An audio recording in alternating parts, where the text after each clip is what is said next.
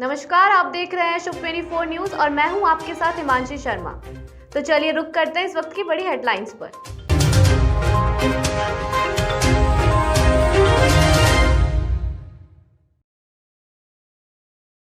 जोधपुर में कर्फ्यू की समय सीमा को 2 दिन और बढ़ाया, इंटरनेट भी आगामी आदेश तक बंद।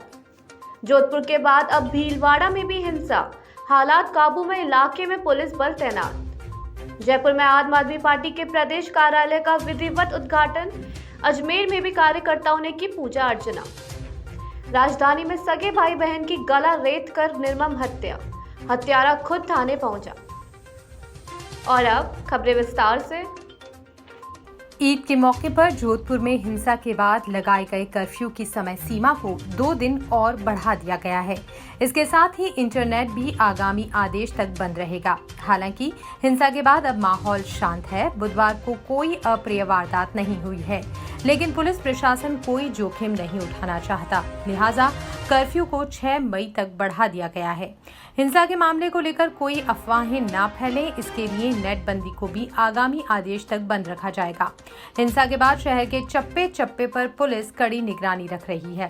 कर्फ्यू नियमों की पूरी तरह से पालना करवाई जा रही है। परीक्षा देने वाले स्टूडेंट्स को स्कूल आने जाने की छूट को बरकरार रखा गया है। राजस्थान में जोधपुर के बाद अब भीलवाड़ा सुलग रहा है। यहां सांगानेर में बुधवार रात को 2 युवकों के साथ 1 दर्जन से ज्यादा नकाबपोशों ने मारपीट करके उनकी बाइक जला दी। इसके बाद लोगों ने हमलावरों की गिरफ्तारी की मांग को लेकर घायलों को अस्पताल ले जाने का विरोध किया। हालांकि पुलिस प्रशासन की समझाइश के बाद घायलों को जिला अस्पताल में भर्ती करा दिया गया। घायलों को इलाज के लिए ले जाने के बाद भी शहर में तनाव कम नहीं हुआ।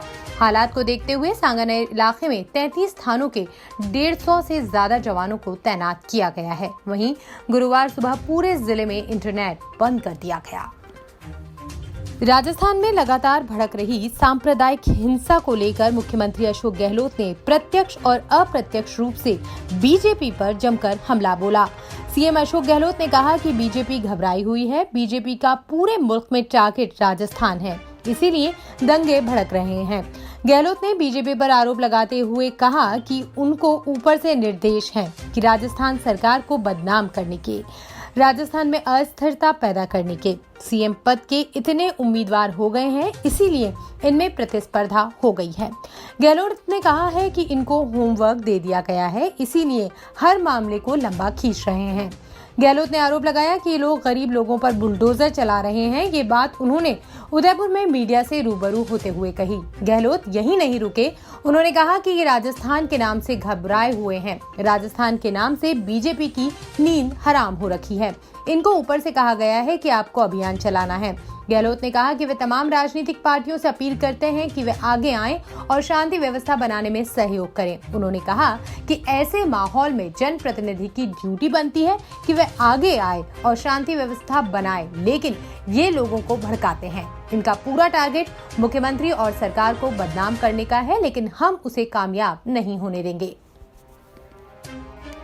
जयपुर में आम आदमी पार्टी के प्रदेश कार्यालय का विधिवत उद्घाटन हुआ। इस अवसर पर आम आदमी पार्टी अजमेर के कार्यकर्ताओं ने अजमेर में भी पूजा अर्चना कर संपूर्ण प्रदेश में अमन, चैन और खुशहाली की दुआ मांगी।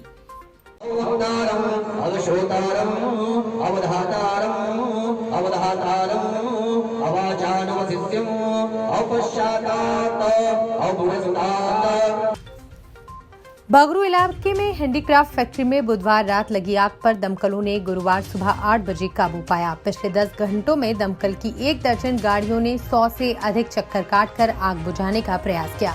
गौरतलब है कि बगरू के न्यू रिको स्थित पोद्दार एसोसिएट हैंडीक्राफ्ट फैक्ट्री में ये आग लगी थी। आग की सूचना पर आसपास की फैक्ट्रियों में भी हड़कंप मच गया।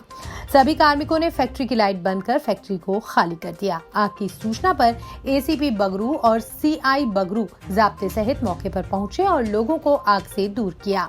आग की सूचना मिलते ही 20 मिनट में दमकलों का आना शुरू हो गया, जो कि सुबह 8 बजे तक सिलसिला चलता रहा। आग इतनी भीषण थी कि आग की लपटें 200 मीटर ऊंचाई तक जा रही थी। आग से करोड़ों रुपए के नुकसान का अनुमान लगाया जा रहा है। प्रदेश में चल रहे बिजली के संकट के बीच एक राहत भरी खबर है। बिजली की मांग और उपलब्धता में आ रहे अंतर की कमी के चलते अब पूर्व घोषित नियमित बिजली कटौती से उपभोक्ताओं को राहत दी जा रही है। जयपुर में पिछले 4 दिनों से कहीं भी बिजली की कटौती या तो नहीं की गई है या फिर समय से कम पावर कट गए हैं। बिजली के संकट के बीच डिस्कॉम ने संभाग मुख्यालयों पर सुबह 7 बजे से 8 बजे तक, जिला मुख्यालयों पर 2 घंटे और नगर पालिका सहित 5000 से अधिक आबादी वाले क्षेत्रों में इससे अधिक बिजली की कटौती करने का ऐलान किया था। लेकिन पिछले 2 दिनों में पवन ऊर्जा के माध्यम से मिली करीब 2500 मेगावाट बिजली से डिस्कॉम को कुछ राहत मिली है। बुधवार को पवन ऊर्जा से मिलने वाली बिजली के जनरेशन में एकाएक कमी आई और ये 300 मेगावाट तक ही रह गया है, जिसके बावजूद गुरुवार सुबह जयपुर सहित कुछ संभाग मुख्यालय पर सुबह 7 से 8 बजे के बीच होने वाली बिजली की कटौती नहीं हुई। एसीबी भ्रष्टाचारियों के खिलाफ लगातार कार्रवाई को अंजाम दे रही है। एसीबी ने 4 महीने में कार्रवाई करते हुए पिछले सालों का रिकॉर्ड तोड़ दिया है। एसीबी ने वर्ष 2022 के पहले 4 महीने में जनवरी से अप्रैल तक 156 प्रकरण भ्रष्टाचार निवारण अधिनियम के तहत दर्ज करके पिछले वर्ष का रिकॉर्ड तोड़ा है। 1 जनवरी से 30 अप्रैल तक 150 ट्रैप, 5 आय से अधिक संपत्ति और 1 प्रकरण पद के दुरुपयोग समेत कुल 156 प्रकरण दर्ज किए गए हैं। भ्रष्टाचार के विरुद्ध दर्ज प्रकरणों में काफी संख्या में भ्रष्टाचार से पीड़ित परिवादियों ने एसीबी की हेल्पलाइन नंबर पर सूचना देकर एसीबी से भ्रष्ट लोक सेवकों और दलालों को रंगों हाथ पकड़वाया है। बूंदी की सदर थाना पुलिस ने चरमेश शर्मा सहित 3 जनों के खिलाफ नामजद और 3 अन्य के खिलाफ मुकदमा दर्ज किया है, जिसमें झूठे मुकदमे में फंसाने की धमकी देकर 2 लाख रुपए ऐंठने सहित कई धाराओं में मामला दर्ज किया है। आरोप एक दुकान मालिक ने लगाया है। परिवादी के मुताबिक उसे अपनी रिपोर्ट दर्ज कराने के लिए भी अदालत का सहारा लेना पड़ा। पुलिस ने ये प्रकरण न्यायालय के आदेश पर दर्ज किया। परिवादी सुलभ पांडे की बूंदी में आरओ रिपेयरिंग और सेल्स की दुकान है। राजधानी के सदर थाना इलाके में आज सुबह हसनपुरा स्थित मेहरों का मोहल्ले में एक सगे भाई बहन की गला रेत कर निर्मम हत्या करने के बाद हत्यारा खुद थाने पहुंच गया और पुलिस को वारदात की जानकारी दी। हत्यारे की बात सुनकर एक बार तो पुलिसकर्मी भी चकित रह गए और उसके तुरंत बाद पुलिस ने मौके पर पहुंचकर मौका मुआयना किया। पुलिस जब घटनास्थल पर पहुंची तो दोनों मृतकों के शव फर्श पर लहूलुहान अवस्था में पड़े थे। इसके बाद पुलिस ने एफएसएल टीम को मौके पर बुलाया और टीम ने मौके पर पहुंचकर साक्ष्य एकत्रित किए। पुलिस ने मृतकों के शव को एसएमएस अस्पताल के मुर्दा घर में रखवाया है, जहां पर शवों का पोस्टमार्टम करवाया जाएगा। मृतकों के परिवार के सदस्य पूर्ण ने बताया कि 16 वर्षीय पूनम और 19 वर्षीय तरुण उर्फ सोनू दोनों विद्यार्थी थे, जो पिछले 4 सालों से मेहरों के मोहल्ले में अपने माता पिता के साथ किराए के मकान में रह रहे थे। आज सुबह जब पूनम और तरुण के माता पिता काम पर चले गए, उसके बाद पड़ोस के कमरे में किराए से रहने वाले गुलशन उनके कमरे में घुस आया, जिसने धारदार चाकू से दोनों भाई बहनों का गला रेत कर उनकी हत्या कर दी। हत्या की वारदात को अंजाम देने के बाद गुलशन खुद सदर थाने पहुंचा और वहां पुलिस के सामने आत्मसमर्पण कर दिया। मृतकों और हत्यारे के बीच में किसी भी तरह का कोई विवाद नहीं बताया जा रहा है। हत्या किन कारणों से की गई, इसकी जांच की जा रही है। चित्तौड़गढ़ जिले के कपासन थाना क्षेत्र में बीती रात एक मां ने अपनी 3 संतानों के साथ फांसी पर लटक कर जान दे दी। आत्महत्या करने के कारणों का खुलासा नहीं हुआ है। हालांकि पारिवारिक विवाद के चलते आत्महत्या करने की बात कही जा रही है। सूचना मिलने पर पुलिस प्रशासन मौके पर पहुंचा तथा एफएसएल टीम को मौके पर बुलाकर साक्ष्य जुटाए जा रहे हैं। कपासन सीआई फूलचंद टेलर ने बताया कि थाना क्षेत्र के काछिया खेड़ी गांव मार्ग पर स्थित आरएनटी पोल्ट्री फार्म पर बुधवार रात को एक महिला व 3 बच्चों के फांसी पर लटके होने की जानकारी मिली थी, जिस पर पुलिस की टीम मौके पर पहुंची और उच्च अधिकारियों को सूचना देते हुए जांच शुरू की। पुलिस की जांच में सामने आया है कि रतलाम जिले में रहने वाले भूरालाल आदिवासी करीब 7 साल से काछिया खेड़ी रोड पर स्थित आरएनटी पोल्ट्री फार्म पर रहकर कार्य कर रहा था।